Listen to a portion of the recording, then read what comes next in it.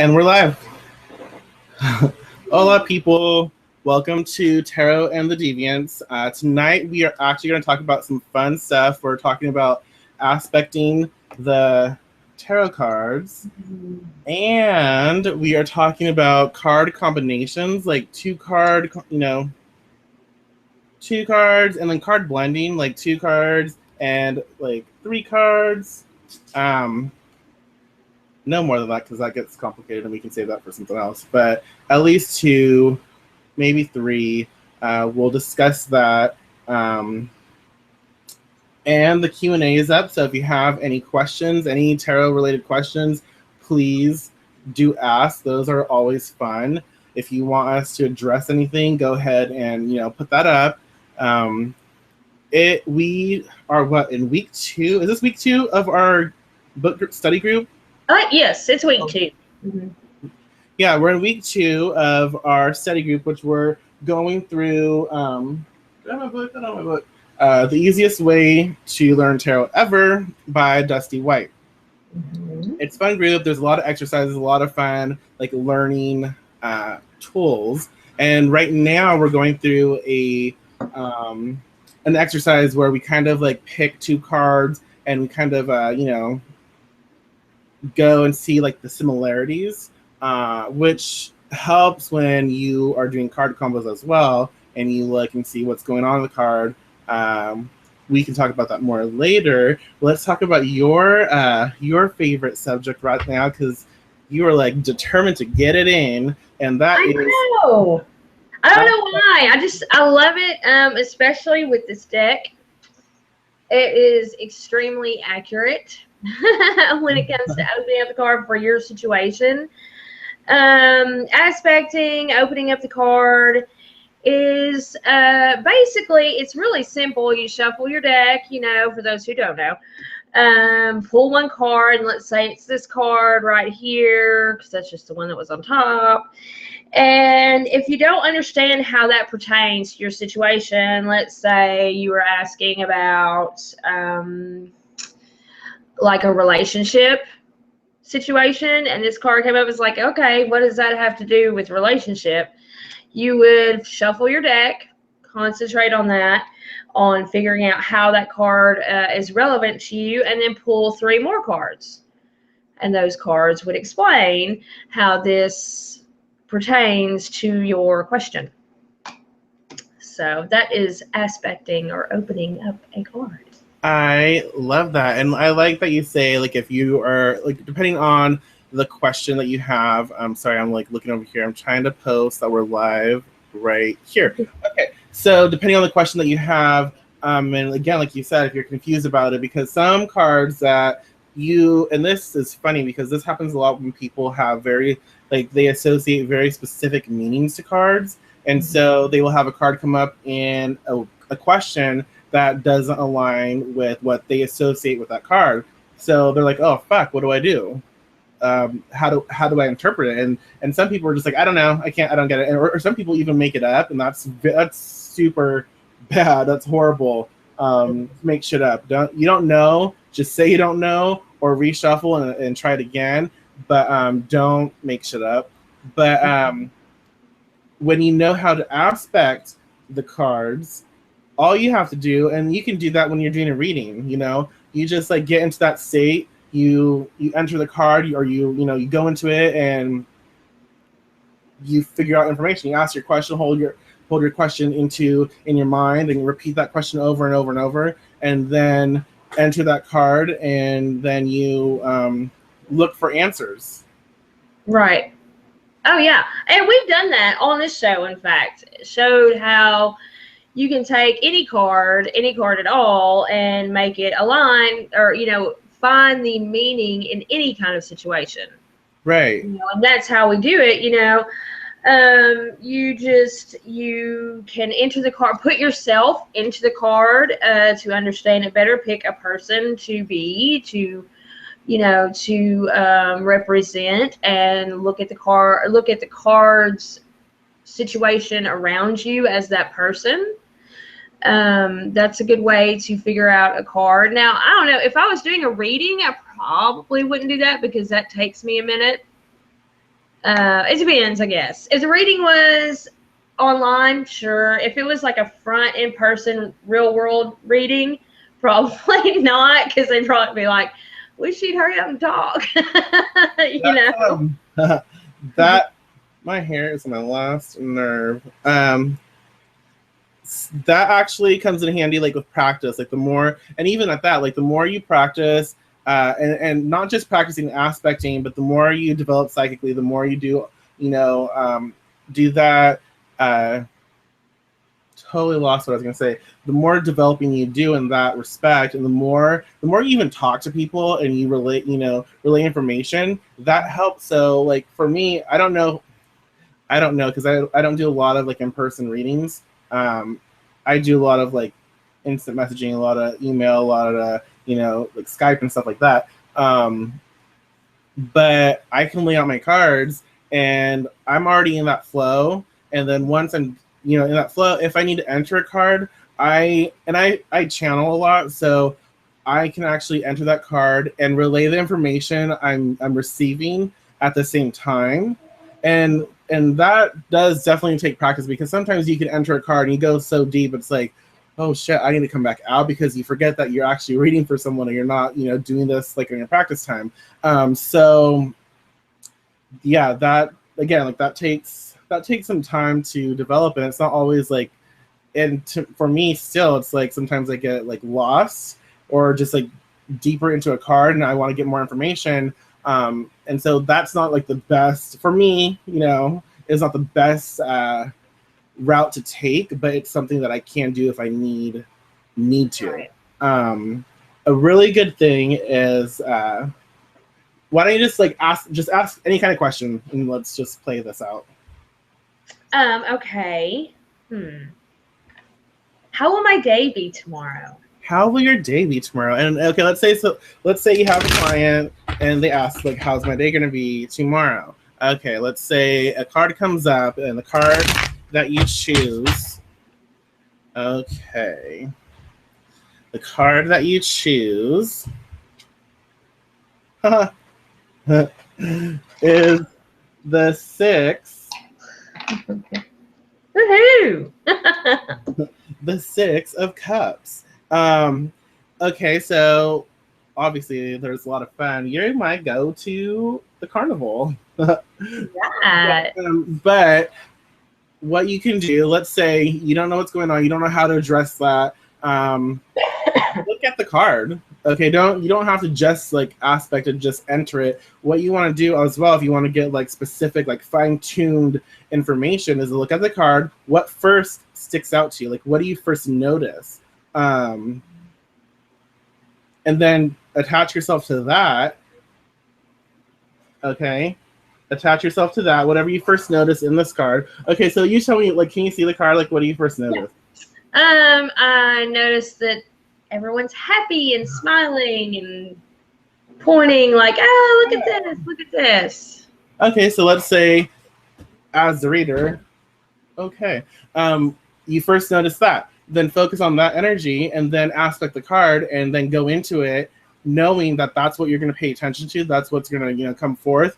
And when you aspect the card, when you enter it, all of that information, that specific information that's tailored to what you first noticed, what you're like holding on to in regards to the question, that's going to come up. So this could definitely mean, let's say I entered the card and I see all this, these people integrating. I see like, okay, they're having fun. So what I noticed about the question in your day tomorrow is going to be, it's going to be very interesting. There's going to be some adventures, it's going to be, you're going to experience something that is not necessarily new, but you're going to see it in a new way, and it's going to be exciting.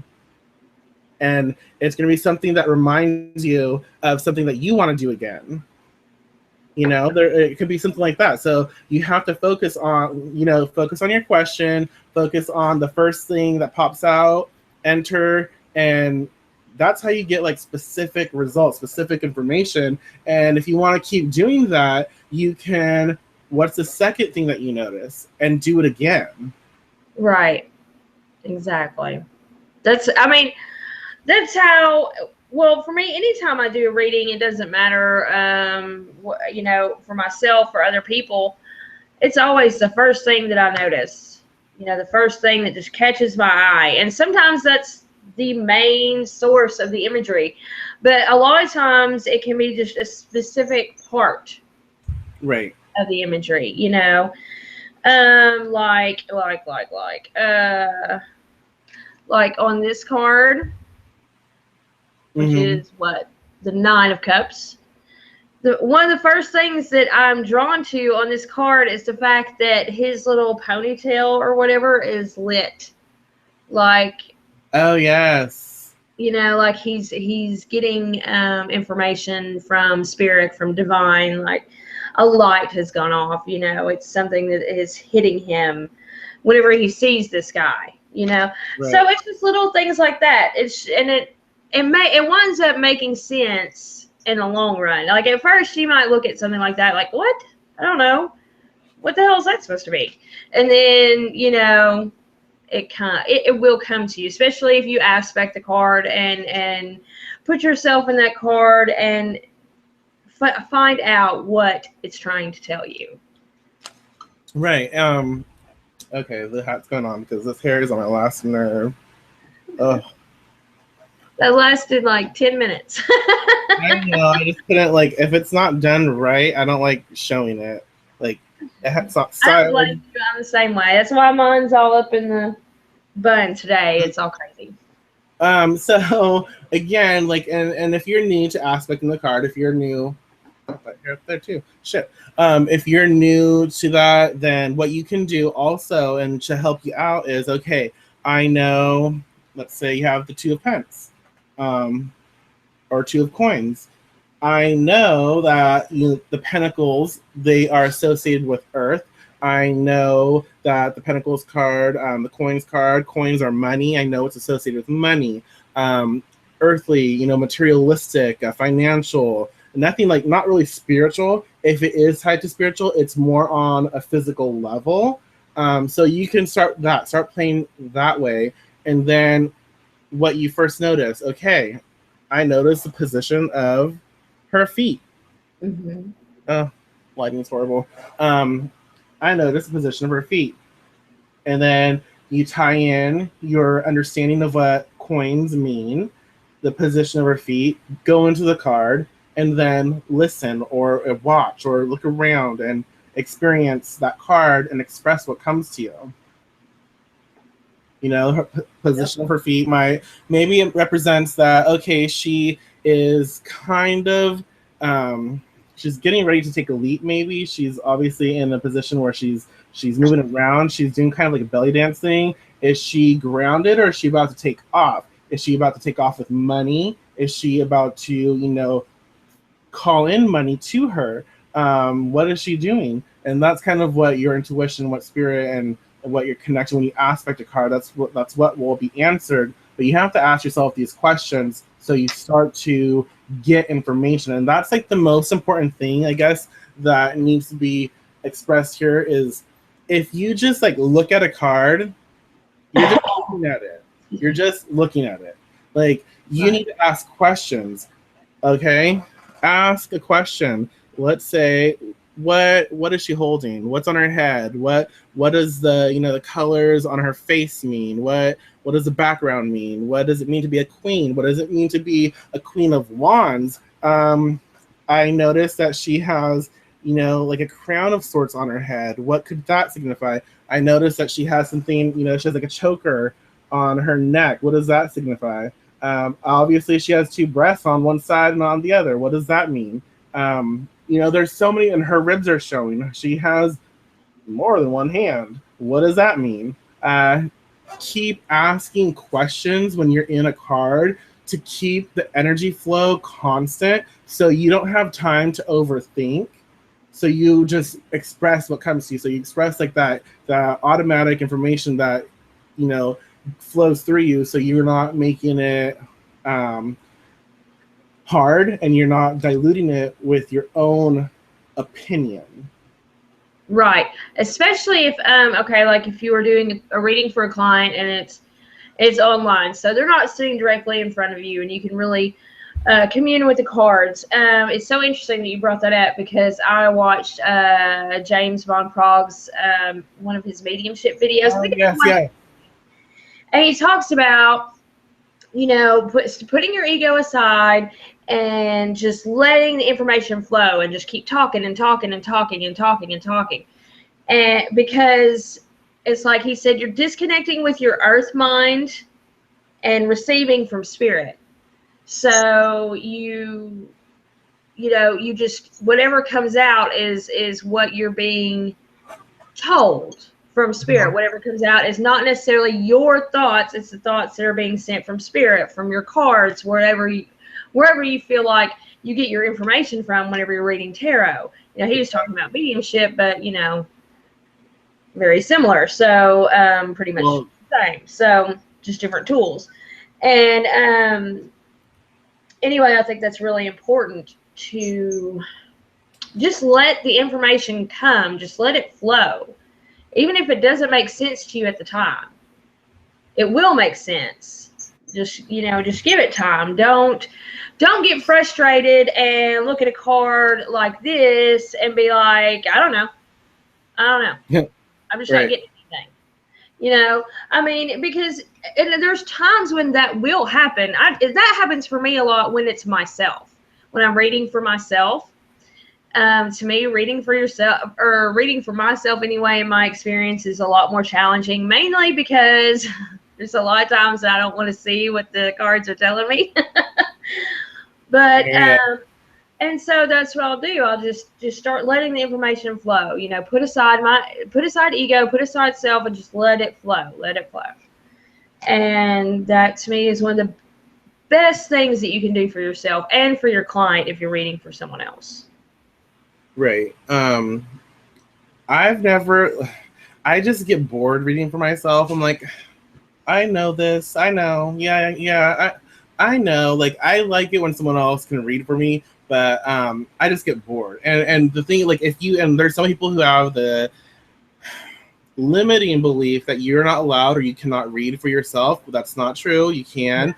But if you have a challenge with reading for yourself, aspecting the cards like we've expressed is awesome. It's a great way to understand what the cards mean for you in regards to in alignment to your question. So again, if it's hard for you to read a card, take yourself out of it and start, you know, entering them and asking questions. What do you want to know? What does that card look like? You know, what's going on, and then enter it. And another interesting thing, I know I said I kind of expressed it, was entering it and focusing on a different thing, but you can become the different thing, not just focusing on it from that standpoint. You can become the other thing. So let's say you don't want to be the actual person here, but you want to be the cup that's being thrown. So you enter the card and you enter it as the cup that is thrown, and you experience that card from that viewpoint, that experience. So you're understanding the card from this point of view versus from this point of view or this point of view. But yeah, and it's called the Deviant Moon Tarot because there's moons like in every deck. So I'm just saying that. But you also know the moons are a little slightly different too. But you can enter right here. You can enter the water, enter any aspect of the card and view the card and experience it and receive messages in different ways. So again, like if you have that question, let's say you first see again, like this cup right up here, the cup behind, and you're focusing on the question, you're focusing on that cup and what it means to your question, but then you enter the card as the cup and you see it from that viewpoint, you know? So that adds more to reading. It adds more to your understanding of the card. It adds more to your experience as a reader. So make sure to, you know, these are tools that you have. These are ways to open up the card to you in whole different ways. You know, they bring more meaning. They bring more, you know, experience, more understanding. And so take advantage of that. Don't be boring. Don't get stuck in one way is the only way. Do not allow the cards to be fluid. Allow them to grow. Allow them to express whatever they need to express, and have fun with it. Yes, exactly. Also, don't get intimidated if you pull a card like this and it's super busy and you're like, oh my gosh, there's so much going on there. What could that possibly be? I know. Don't get intimidated by that. Yes, it is a busy card, but this is a busy guy. There's a reason why it's busy. It's all about work. It's about focusing on that work. And there's so many other things, it could be about overlords, forcing you to work. It could be that he really loves his work, and so he puts every bit of himself in it. But don't look at a very busy card and freak out. There's a reason why it's busy. Yeah, right, exactly. And I got this card in the group when we were picking for, I can't remember what it was, but one of the exercises, pulled this card, and you can pull so much information out of it, like you said. Again, like if you express, like say someone who loves to do what they do, they're asking about their job, you could even, if this is like an artist, you could even like, they're at a gallery, people are watching them, they're making money, they're working hard, obviously they're making a lot of stuff. So one item might be like asked to be mass produced, so they might have like this one experience where they want like many quantities of this one item, and you have all these people watching you. So there's so many different ways, and when you enter the card, you will get so much more information from it. Exactly, you will. And it doesn't, the cards, and it doesn't really matter, like we're using this deck, even if you have a deck that's not as full, like the Raven's Prophecy deck is a very stark, just a single kind of picture deck. Don't let that be intimidating either. Granted, in my opinion, decks like that aren't Rider-Waite based or aren't something familiar really should be used with more practice. Don't use that as a starter deck, or at least I wouldn't use it as a starter deck to just start learning tarot, because I feel like more experience is required for a deck like that. But at the same time, don't let things that are like simple freak you out either. It's like, that's so simple, I don't know, it's just a pair of horns. I sort of wish I had it now, but anyway. I know, I was like looking for a deck. I'm like, do I have a deck that's not as busy? Like it's just like very, and I do, just not like, it's not close. So not at all. But you don't let that intimidate you either. Even though it doesn't have just a ton of illustrations, that doesn't mean that you can't receive a lot of information. Well, yeah, and the thing about that one is, like if you have, let's say you have one card and there's like one item on it, but there might be a variation in background, there might be different colors in that card, then instead of focusing on like a figure, you can focus on like a color, or if like it goes from dark to light, you can focus on, like, let's say this darkness. What does this darkness mean? Enter the card that way and view it from that point of view. There's so much, you can still do a lot with very like simplistic imagery. Yes. And even just entering a card that has one item or something very simple on it, you can enter it and still get a lot of information. Yes. You just enter it and you experience. You do the same thing like you do for any other card. Let's see. Oh my. Why? Well, I'm not going to share that. I'm not sharing that. Okay, so I'll share this one though. Because this is what I was going to say. Yeah, I'm not sharing that. Let's say, and again, this would be really weird, I guess, depending on if you're able to like detach. But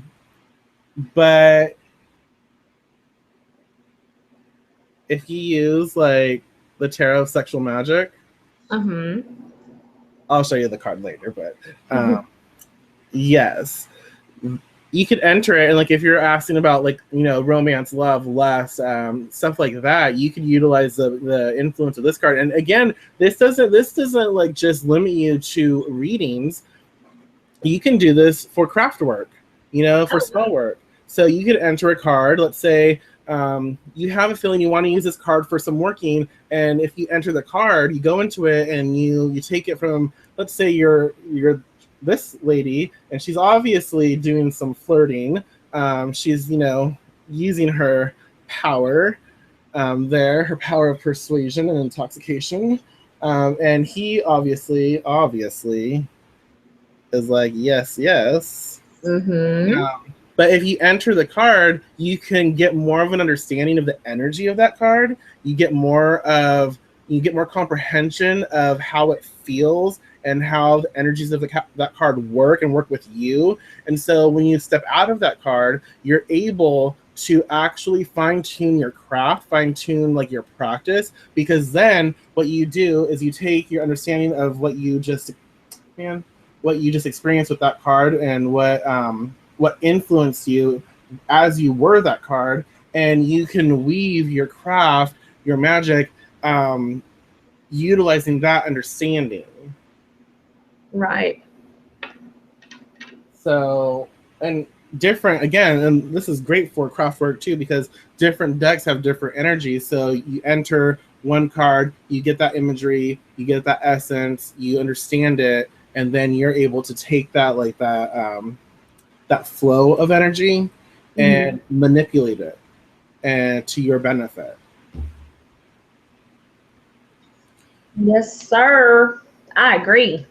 There's just so much. And again, y'all, if you have questions, go ahead and ask, because we're here to answer. I know. I was going to ask you if anybody was watching. Everyone's being so quiet. There are people watching, but everyone is quiet. Super quiet. Which is unusual. Jesus. Save me. So yeah, that really is, in very simple terms, how to aspect, and more so not just how to aspect a card, but the benefits of doing so, and different ways that you can do it. If you do this, definitely share your experiences with us.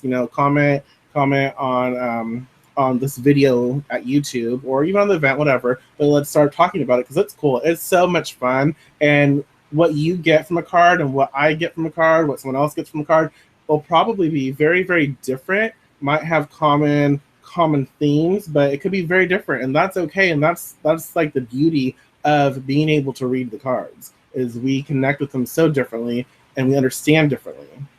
Right. And like for those of you that are watching that happen to be in the group, you've already seen a little bit of that with exercise.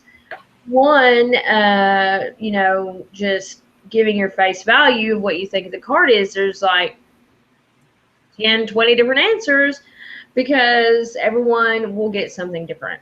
Right. And that's awesome. That's what I love about it, because someone will say something and I'm like, oh my gosh, I never thought of it like that. That's great. And now I have a whole new understanding of that card. Right. And then like you have, exercise 1A that we do. It's like you take your face value. This could be, let's say, hard work, or maybe peer pressure, or, the pressure of a very tough work environment. There's different, whatever you see face value. Well, then let's say that I come in and I'm like, that does not look like a tough work environment, because this dude obviously is sitting down while he's working. He's sitting down while he's working. He looks like he's enjoying it. He is pulling the strings right there. Look, his hand has a string. So he has a string to the people who are watching him. So I don't think it's a tough work environment. I think it is more of like a fast pace, like a high profile job maybe. And then Melissa could come in and say, well, I can see that maybe, but there's just different,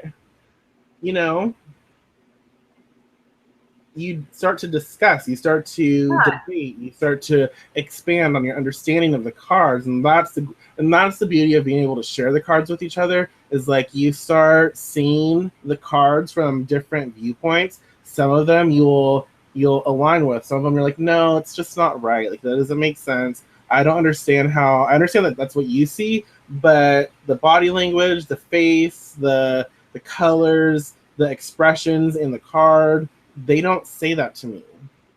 And this is why. So yeah, it's so rewarding. And once you start doing that, more often, then you start aspecting the card, you start entering them, you start playing with them, you experience them at a whole different level. You expand your knowledge base and your experience with the cards, their meanings, and how they come to you, which then is very interesting, because then if you start to aspect 2 cards, which can leave us into like a card combo, but you can actually aspect 2 cards. And this is kind of how I do it. I will take the first card. I'll put, like, let's say here. Okay, let's say here. There. I have 4 of Pence, 9 of Wands together. What you do and what I do is, like, I will focus on these cards together. I will see like the energies of the cards like connect, and I'll enter the first card, and I'll enter the first card, and I will keep this card in mind. I'll kind of pull it, but I experience this card first. This card, I'm like, oh, someone's trying to get rid of evidence. Someone's trying to steal. Someone's being manipulated by some half-naked, pointy-breasted person. So, someone could be seduced into stealing someone's money, as they enter this card. I'm getting that. And then I look at this card. I'm like, this looks like someone is pouting. Someone is, sad their shit just got stolen. Or if you enter the experience, if you enter the card, if it's talking about this dude right here, she used him, and look at him now. He's sad. He doesn't have that passion. He doesn't have that fire. He didn't get laid. He didn't get what she promised. She got what she wanted. He did the job. And then I go into this card, and if the reading is about a guy who's kind of asking about a situation like this, or a girl, whatever, this person definitely can signify that, oh, you got fucked, and not in the way you wanted. Exactly. Yes, I agree. To me, for me, whenever I first started practicing or reading cards, that was the hardest thing about spread to me at first. Of course, this is this way before internet was like a household thing and stuff like that. But that to me was what was more challenging than anything else, was figuring out how this card and this card tied in together to do a reading, and I have had a few readings from other people where basically all they did was give me the meaning of each card. Ugh. Like individually. No. And not pull it together. And so I was just like, well, I'm totally confused. I have no idea what you're trying to tell me right now. Instead of say, they got this card first, the King of Cups, and he is just all, royal and regal and full of confidence, and he's got his shit together, and he's like, yay, I'm there, I've got it. And then pulling this card, and instead of just saying, oh, and then you'll get a message, throughout, okay, well, he's all in his victorious state, but maybe he started out this way. He started out not really knowing what he was going to do, and finally, with the help of a message from Divine, it's right here, a message from Spirit, a message from, Divine, whatever you want to call it, he was able to, push through those obstacles and get to this point. Right. I like that. Which card was that one on the right? This one? Yeah. This is the 8 of Wands. You know, that came up in the group It the other did. day. And what's interesting about that card is like the minute I saw that card, like I've read that card differently, you know, so many times, but the minute I saw it the other day, I was like, oh, that's like mediumship. That's like crossing over, Yes. because if you see, is it like the raven or crow? It's a crow. Well, yeah, a raven or crow. They both look the same to me. But So, and it has a message, and ravens and crows or whatever, whichever one that is, they're like psychopomps. They Mhm. take, you know, the dead and they transform, and you can see she is like harvesting. She's about to take this shit out of the way. So all Yeah. the wands that, you know, come up, all these like passions, all these like physical, these things that are planted in the ground, like these physical roots, they just got cut away because the physical's done, and the raven has a message to take a spirit or to take that essence elsewhere. So I thought that was really interesting. And whenever you think about it, you know, you have this card, and the King of Cups. To me, the Cups has a lot to do with spiritual connection, divination, and things like that. So put those together, you know, and instead of just saying, you know, well, this card means this and this card means that, you put them together and you sit there and say, okay, well, look, he finally came into his own psychic power. He finally came into his mediumship, and here he is now, and he knows exactly what he's doing. And he's like, yes, finally, I figured it out. I've cut away everything that was keeping me grounded to the point where I could not experience that, um, you know, flow of divine presence. I love that, and that expresses so greatly what you're supposed to do as a reader, like how to blend cards. And that's kind of like, obviously that's part of the purpose of this show. It's like taking and seeing patterns, like looking in, when you have a spread, look at how the two cards, like these two cards intermix, look at how these two cards intermix, and then you can take, like, if there's 4 cards, these two and these two, you take these, like this, the way or what you express in and these two, and what you express in these two, you combine those and you create another add-on meaning to fluidly express your reading. That It's so easy once you start seeing it like that. It is so easy. So don't make it, don't make it hard. Another thing, have the 5 of Cups. I don't know. Okay, 5 of Cups. He's at her beck and call. Looks like he just got home and he brought her all her shit. She's like getting in the, that almost looks like could be blood. Mm-hmm. With milk, because it's like light, and I don't know why I got milk. Well, obviously, but because also it reminds me so much of like almost like Aphrodite, a goddess of love. I don't know. So she is doing her thing where she is like being luxurious and doing what she can to, live it up. And she knows that she's playing people, or playing this guy, or she really likes him and she's trying to, do what she can for him to please him. But then you have the Tower. She threw herself off the building, and she's more graceful. So like you can tell, like she's more graceful. She chose this, so she chose that. So where the other guy clearly did not. No, look. So for me, it's like, okay, these two he obviously proposed right here, and she was like, oh, well, I guess. But she wasn't happy, but for some reason, she couldn't just leave.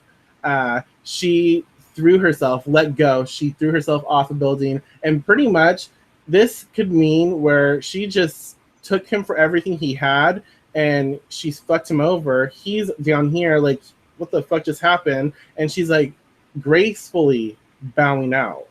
She looks better than him.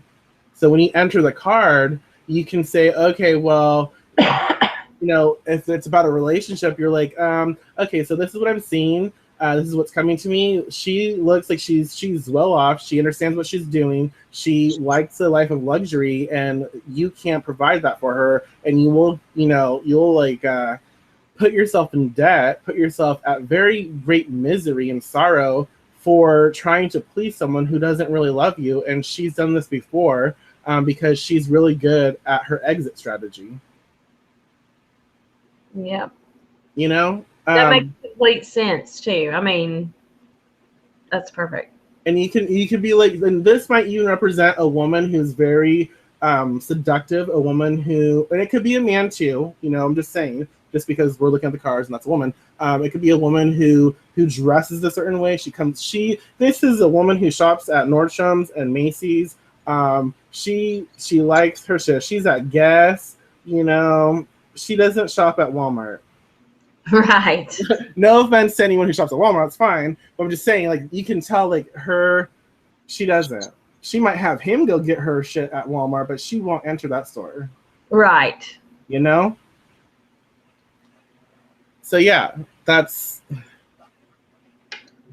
just, that's part of the fun of entering cards and doing card combos, because you have to, they express so much together.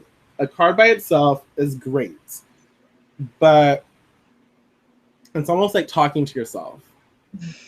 You have a card, you hold a lot of information in you, yes, but you don't get a lot of feedback when you're talking just to yourself. Right. And it's a very singular feedback. It's yourself, so it's going to be the same. It's going to be that one train of thought.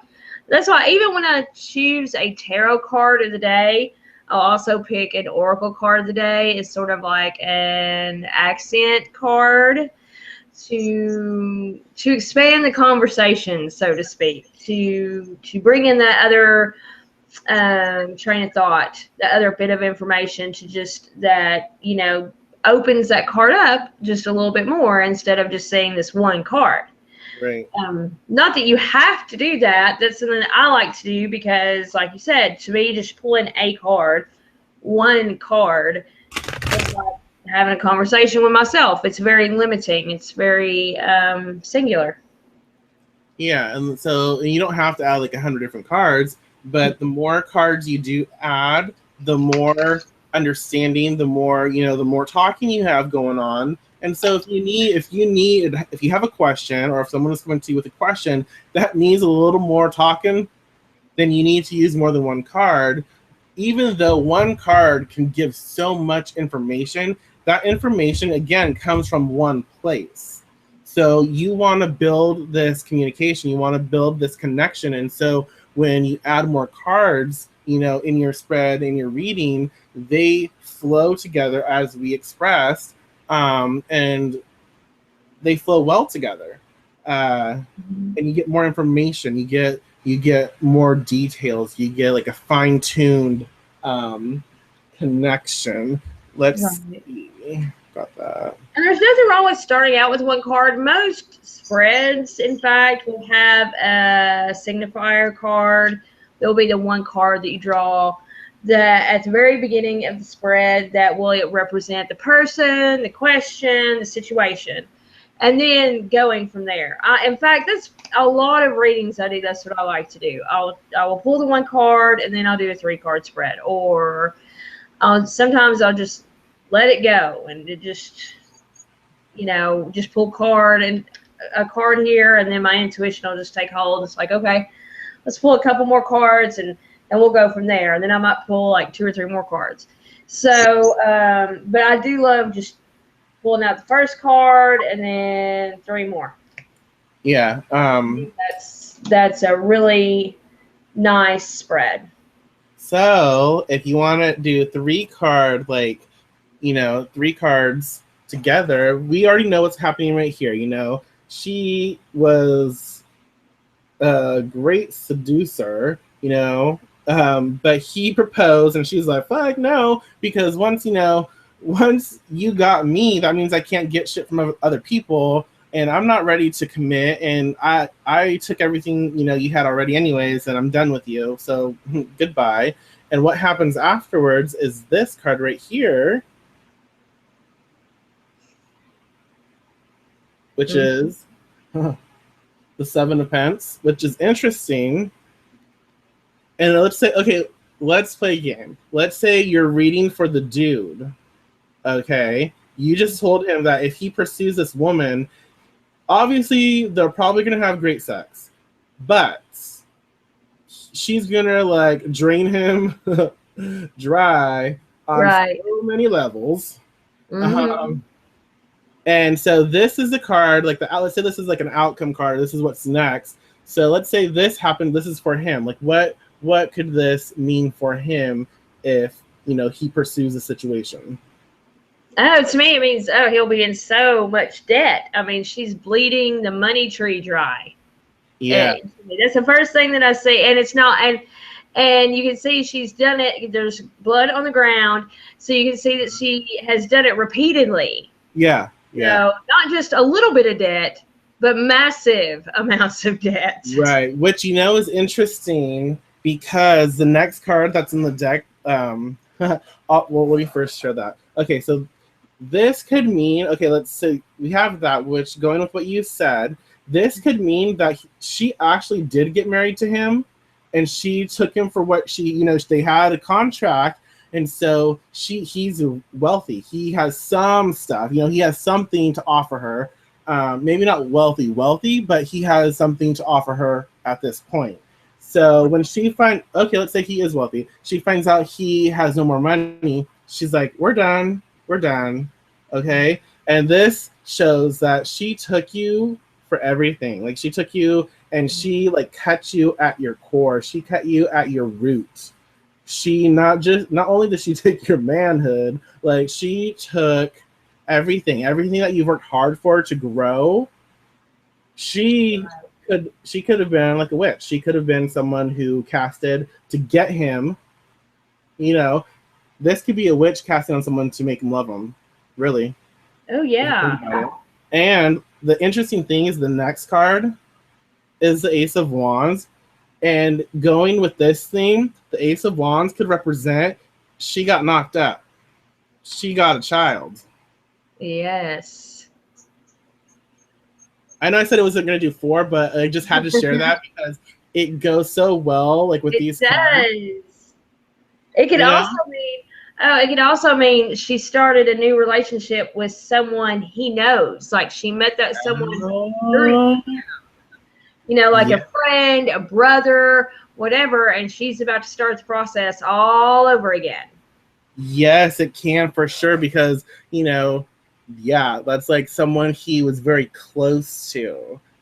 Like it could be, you're right, like a childhood friend. It could be someone who's like connected to on a very like deep level.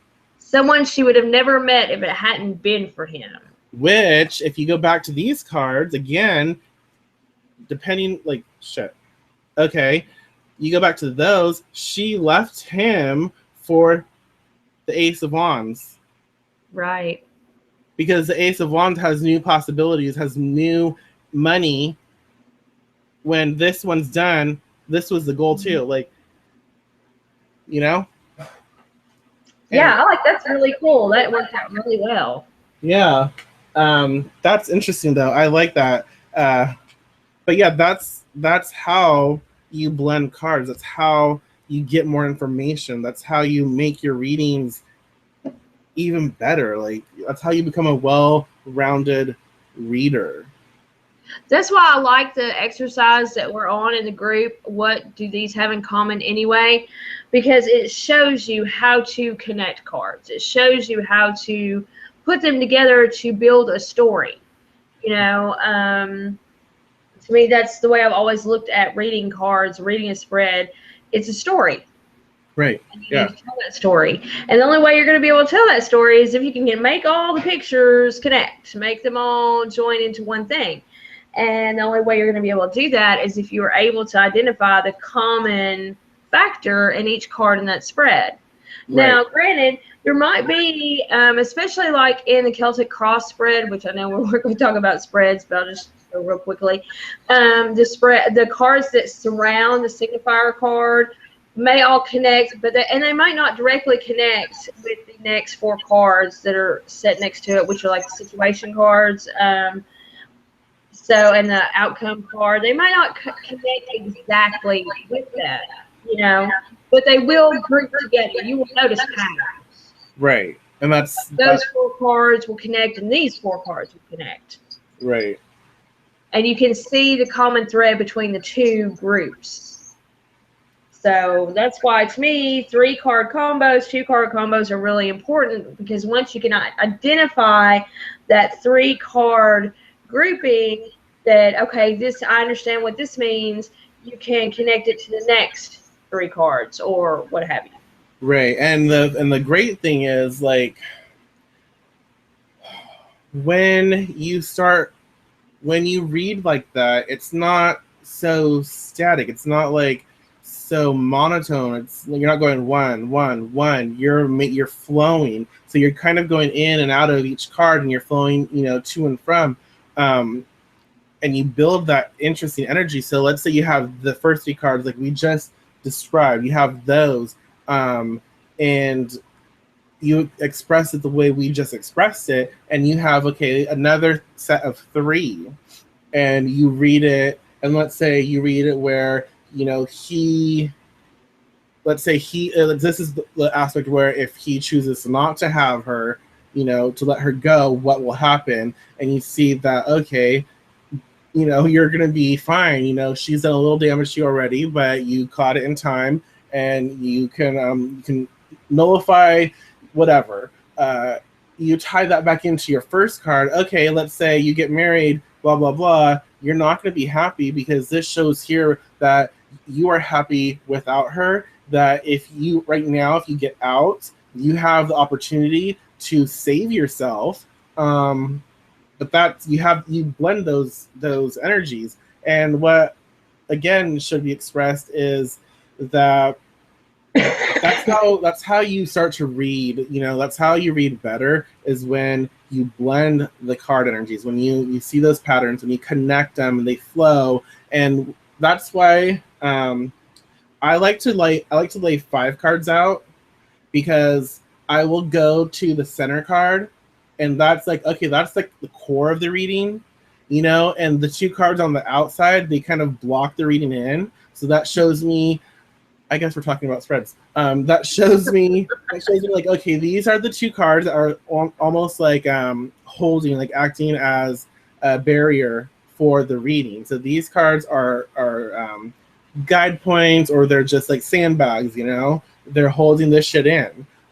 So the more that you understand how, like, the core of the reading is this, and you flow with the cards like this, the beginning, like the starting point, you mix those 3 cards. How do they express themselves? And then you take the, oh my God, the center card, your core card, and the 2 after that, that's another 3, but you're still incorporating the core card.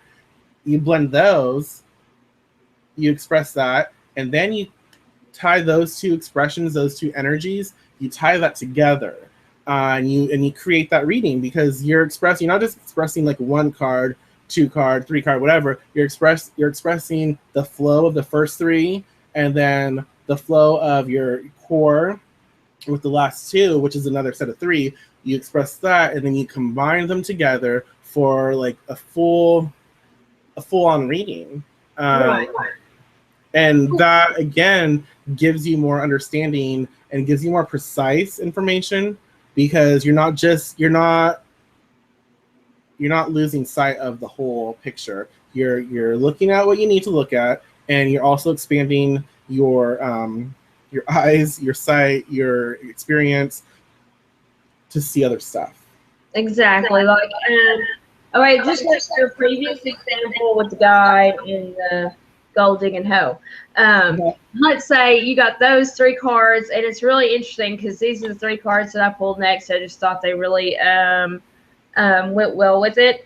And let's say he lets her go. Let's say he doesn't. He goes on a date, and instead of continue on with the date, because that's his question, what's going to happen in this relationship. let's say he lets her go, and at first, he may get, ribbed by his buddies, like, gosh, she was so hot, you're so stupid for letting her go, they sort of give him a hard time about it, so like, she's gorgeous, you're dumb, what the hell? But because he let her go, he's able to travel, enjoy his money, set himself free. He is free to do and pursue all the things he wants to pursue. And even though we haven't really done anything on reverse cards. I like that. So he won't have to worry. He won't be worrying about anything. He won't be worrying about his money. He won't worry about running out of money. He won't have any troubles bothering him, keeping him up at night because his money didn't get stolen. Right, I like that. I like that a lot. I thought that went in really well with that. That's funny. And it all ties in together, and once you get the feel of it, once you realize, okay, this is a situation, and it's so easy, even though normally someone would look at these 3 cards and they would be like, I don't get it. How do they connect? Yeah. Because you know what the situation is, you know what he's going through, you can easily connect these 3 cards to the 3 cards that Michael showed and come up with a complete reading. And like, let's say that this was like the outcome card, I like that as an outcome card. Yeah. Because he's like, he kind of got a hold of, he put a stop to her gold digging, and he's now watching very carefully about where he spends his money. Exactly. And, the funny thing is, like, as you're showing those cards, I'm like, you know what else this card could mean? Now we have more understanding. Why is it so blurry? Fucking whatever. Okay, it's good then. Okay, so anyways, it could mean like he bought her a boob job. Yeah. It could be so physical, so simple as he got her a boob job. Look what she got. Because obviously her breasts are out, and he's not like looking at them. He's looking at he's looking at her in a sense, like he's looking down. So it's like he didn't need her to have that down, like because he loved her in a sense. Right. But she wanted it, so he gave that to her, and she's like, I got what I want. Yep.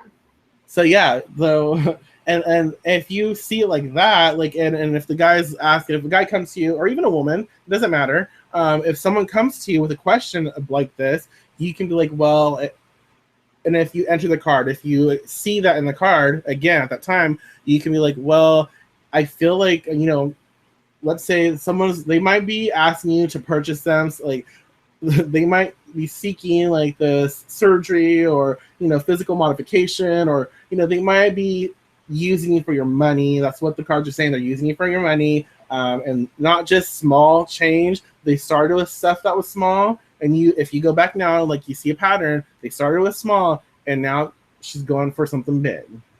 Yeah, like F's. Right.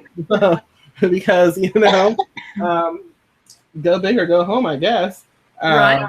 But if you're gonna do it, shoot, that would that's too much. But yeah, so you can see how, and that was like 6 cards really. But even with just the 3 that I chose, that we expressed, there was a lot of information on that. There was a lot of information that could be given to your client, but with the 3 cards that Melissa chose, that kind of seals it in. That gave more, and you can see with more, depending on how you read, with more cards, it was better because you have the 3 cards explaining the situations, showing what would go on. Then you had her cards, which said, okay, this is kind of like what you have to look forward to if you put a stop to it. Right. And it validates the 3 cards before. Yes. Oh my gosh, I'm like choking to death over here. Uh-oh.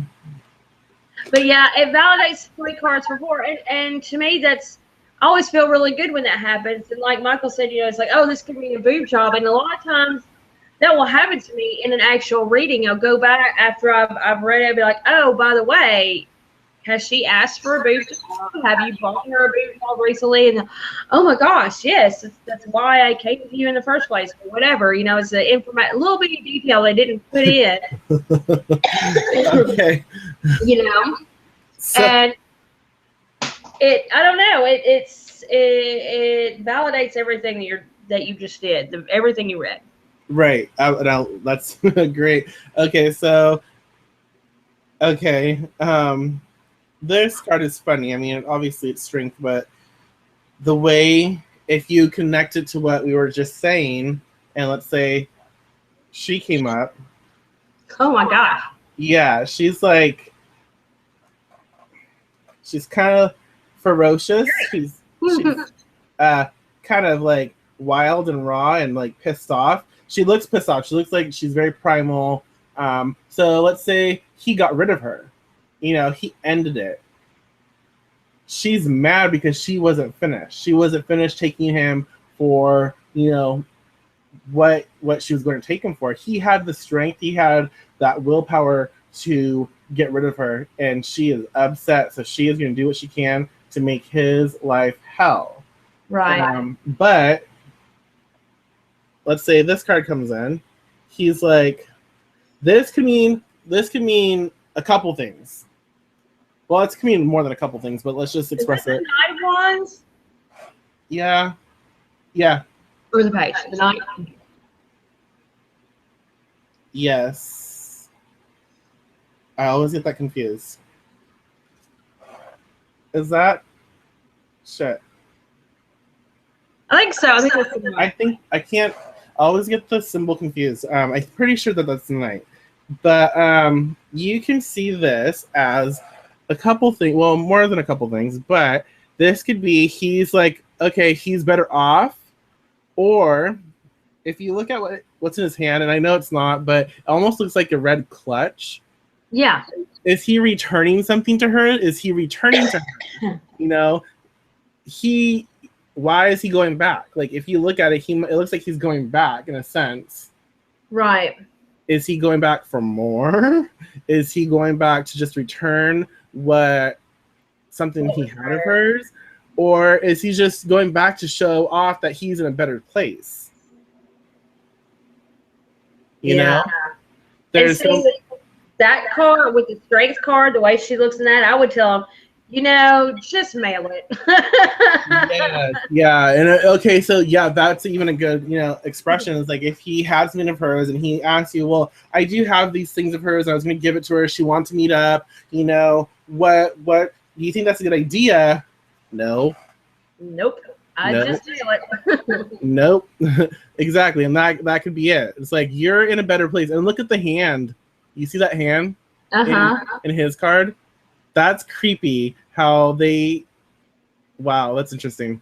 Interesting. But you can see if that was a question, how you could say, no, she's off her rocker. She is cray cray. You just need to mail that shit or burn it or something, but do not physically give it to her. Right, because it's going to seem like she's all nice about it. She'll like, please come in with the hand right there, and then she'll like scratch her eyeballs out or something. So yeah. Don't do it. Pretty much. So that's just and that's just with a little bit of cards. That's not even like fully entering them or, taking like the time to really consider, all the stuff. That's just that's almost like surface material that we were working with here. A little deeper, but that shows you how combining cards and reading them like that and expressing their nature that way, how fluid it can be and how beneficial it is, because it's like you're talking with someone, you're expressing that in a reading, you're building that connection, that communication in that relationship, instead of sounding like, the Clear Eyes dude, very monotone and very boring. Right. Yes. And readings like that, you won't get a lot of repeat customers if you are just very monotone and, oh, well, it's this, and this means this, and this card means this, and there you go. Right. Gosh, I cannot get rid of this cough. So, do y'all have any questions? Do you have anything you'd like to say? I know, it's so weird there are no questions. There are like quite a few people watching, and it's like there's no questions, which is fine if you don't have any, but it's like we're here to have fun, and you know, if you have questions, we're here to answer, talk tarot. If there's something you need to know about the cards, we're here. Just anything. Is there anything else? You know, is there anything that you want to say? If you want to expand on any more cards, like. Gosh, I feel like we've covered so much already. No, just don't get frustrated. Don't just give up because, okay, well, today I chose this card or I chose these cards and I'm just not feeling it. Because there will be days like that. I mean, I've had them. I've had days where one deck just would not talk to me for whatever reason. And so I switch decks, or sometimes I just have to walk away from the cards for a little bit, you know. So don't take that as a sign to just give up.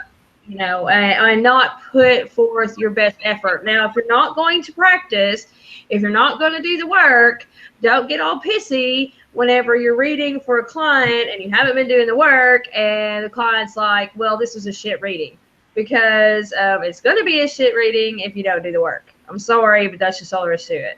Right. If you don't practice, if you don't actually get involved and work with your cards on a daily basis, it's going to be shit. I'm sorry. You're not going to have the ability, you're not going to have the ease, the comfort with working enough with your deck to be a competent reader.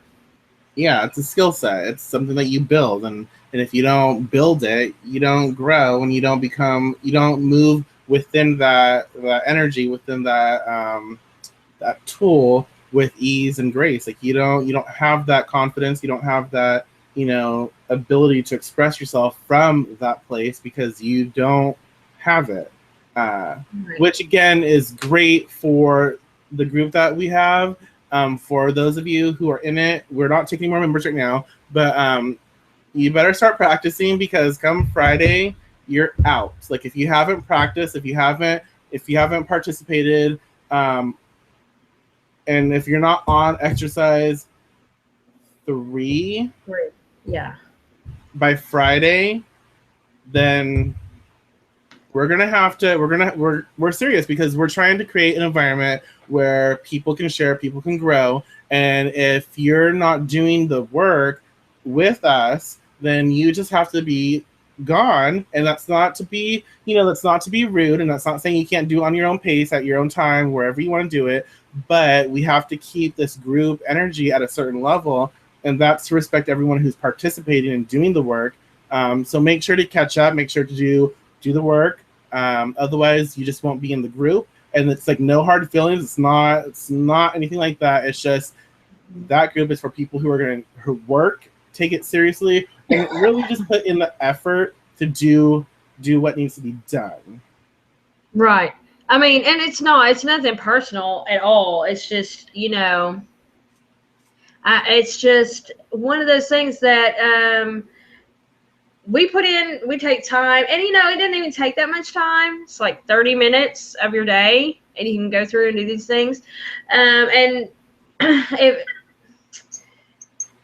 if I see a lot of people that are on Facebook that I'm friends with on Facebook, they're also in the group. They're on Facebook all day, so you can take 30 minutes of that time that you're on Facebook to participate in the group. Okay.